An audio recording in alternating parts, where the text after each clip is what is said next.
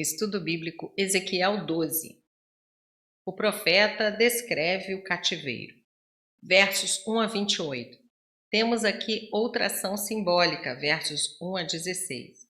Deus mandou Ezequiel arrumar seus pertences e simbolicamente encenar o exílio de seus compatriotas que estavam em Jerusalém. Verso 2. Os exilados na Babilônia são da casa rebelde, capítulo 2, verso 3, versos 6 a 8 e 3, versos 26 e 27. A rebeldia deles é descrita em termos muito conhecidos. Têm olhos para ver, mas não discernem o significado moral dos acontecimentos. Deuteronômio 29, versos 3 e 4, Isaías 6, 9, Jeremias 5, 21, Mateus 13, de 13 a 15, Marcos 8, 18, Atos 28, versos 26 e 27. A mensagem de Ezequiel era dirigida tanto aos seus companheiros de exílio, que estavam tão endurecidos, quanto os que estavam ainda em Jerusalém. Eles estavam tão desejosos de um rápido retorno a Jerusalém que não aceitariam a mensagem sobre a destruição da cidade. Nota homilética. Triste é o estado do homem surdo e cego, pior é seu estado quando deliberadamente se nega a aproveitar de suas capacidades de enxergar e de escutar. Pior ainda quando se desliga de suas percepções espirituais para não ouvir a voz de Deus até o dia do julgamento, para então ouvir a sentença final. Apartai-vos de mim, malditos, para o fogo eterno, preparado para o diabo e seus anjos. Mateus 25, 41. Versos 3 a 7. Não tendo o povo compreendido o significado das visões que o profeta contara, capítulo 11, verso 25, Ezequiel fez uma representação dramática do cativeiro que o mais simplório não poderia deixar de entender. Essas parábolas em palco eram empregadas por muitos profetas e apelavam diretamente para os corações dos orientais. O ministério de Ezequiel fundamentava-se desde o princípio nessas profecias comunicadas por meio dos seus gestos. Capítulo 4, verso 1 a 5, verso 4. Verso 3. Prepara exílio. Essa dramática lição concreta realizada pelo profeta exigia que os pertences fossem carregados à vista de todos da casa rebelde, mas na verdade aconteceria às escondidas, para representar as bagagens levadas para o exílio, apenas o estritamente necessário. Os seus conterrâneos haviam levado bagagens iguais a essa quando partiram para o cativeiro ou quando tentaram fugir durante a tomada de Jerusalém pela Babilônia. Versos 7 e 11. Verso 8. Veio a mim a palavra do Senhor. Se a maneira do ministério de Ezequiel é profecia representada como que em pleno palco, se a sua inspiração é a série de visões, não há dúvida de que o conteúdo do seu ministério é a palavra de Deus concedida pelo poder do Espírito do Senhor. Capítulo 11, verso 5. 5 mensagens neste capítulo começam com essas palavras, versos 1, 8, 17, 21 e 26. Verso 9, a casa de Israel. O nome dado aos remanescentes da família de Jacó, que receberam o nome de Israel, que foram reduzidos a 2 tribos, quando as tribos do norte foram dispersadas pela Assíria, e dos que ficavam na região de Jerusalém até serem levados para o cativeiro na Babilônia.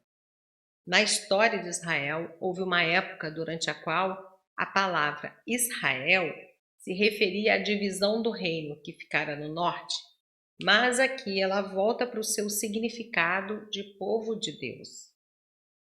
Verso 10. Ao príncipe. É uma referência ao rei Zedequias, que sempre foi citado por Ezequiel como um príncipe e nunca como rei. Jeoaquim era considerado como verdadeiro rei. Capítulo 17, verso 13. Porque os babilônios nunca o depuseram formalmente. Versos 12 e 13. Toda a casa de Israel compartilhava o desastre da queda de Zedequias. O quanto essas profecias se cumpriram literalmente pode ser visto nos registros de 2 Reis 25, versos 1 a 7. A rede e as malhas, verso 13, eram os exércitos babilônios, mas ele nunca os viu, pois seus olhos foram vazados quando foi apanhado em Ribla. Versos 14 a 16. A mão do Senhor estaria com seus inimigos, como se eles fossem sua vara de correção, e somente alguns seriam poupados. Versos 17 a 20. Mais uma ação simbólica. O alimento e a água de Ezequiel presumivelmente seriam as provisões do cerco que lhe foram determinadas em capítulo 4, versos 9 a 11, representando escassez de alimento. A fraqueza física do profeta e seu tremor representavam o terror do destino dos habitantes de Jerusalém. Nota: no trecho entre os capítulos 12 a 21 e a 14 a 23, Ezequiel argumenta sobre o valor da profecia e fala contra os profetas loucos. O Antigo Testamento usa vários critérios para distinguir a profecia verdadeira da falsa. Esses critérios enfocam o que diz a mensagem, como ela é recebida e quem a recebeu. O critério mais importante para uma profecia verdadeira ou falsa é o cumprimento das palavras do profeta. Deuteronômio 18, versos 21 e 22. Sua mensagem não deve contradizer a revelação anterior. Deuteronômio 13, versos 1 a 5. A mensagem de um profeta verdadeiro, com frequência, colidia com o sentimento popular, e os profetas eram perseguidos por causa de seus pronunciamentos impopulares. Jeremias 20, versos 7 a 10, 38, versos 1 a 13, Mateus 23, versos 34 e 35. Certos meios de discernir a vontade de Deus eram proibidos. Deuteronômio 18, versos 9 a 14. Como a adivinhação, o espiritismo e a bruxaria. Entretanto, os profetas podiam receber revelações através de sonhos e visões. Números 12, versos 6 a 8. O verdadeiro profeta era admitido à confiança de Deus. Jeremias 23, 18. A experiência de admissão ao conselho de Deus, como se fosse a admissão a uma Assembleia Divina, era com frequência anunciada em uma narrativa sobre o chamado do profeta, capítulo 1, verso 4 a 3, verso 15. Finalmente, o caráter do profeta tinha de ser coerente com a glória do Deus a quem ele servia. Verso 22. Que provérbio é esse? Prolongue-se o tempo. No conceito popular, uma profecia era apenas algum sonho sobre uma situação de um futuro remoto. Ainda não haviam aprendido que a palavra de Deus não volta sem cumprir-se aquilo para qual foi pronunciada, segundo a vontade de Deus. Isaías 55, 11.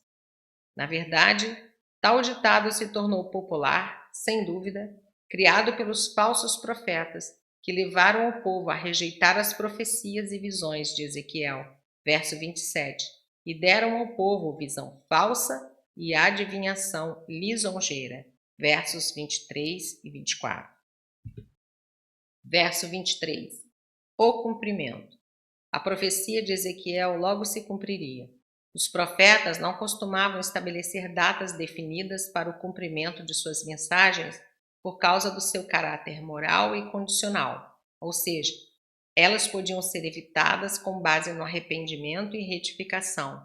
Veja Jonas, Jeremias 18, 26, 17 e 19 e Joel 2, versos 14 e 18. Mas aqui, Deus já havia dado tempo suficiente para a mudança de atitude do povo, a qual não aconteceu. Verso 24, visão falsa. Os falsos profetas falavam o contrário dos homens que foram chamados por Deus, e não havia nenhuma maneira externa de distinguir a verdade da mentira, exceto que todo aquele que é da verdade ouve a minha voz. João 18, 37. Os pagãos faziam uso de oráculos, magia e médiuns para saber o pensamento da divindade. Capítulo 21, verso 21, Deuteronômio 18, de 9 a 12. Na verdadeira profecia, os estratagemas mecânicos eram evitados, pois Jeová falava à mente do profeta. Adivinhação lisonjeira. É uma profecia feita sob encomenda, pela qual o falso profeta, por algum pagamento, profetiza alguma coisa e satisfaça o seu cliente. Números 22, versos 1 a 6. Versos 27 e 28. Havia aqueles que diziam: a visão é para muitos, muito longe. Isto é, não devia causar preocupações imediatas. Ezequiel replicou, alertando que as palavras divinas se cumpririam imediatamente. Ver versículo 23.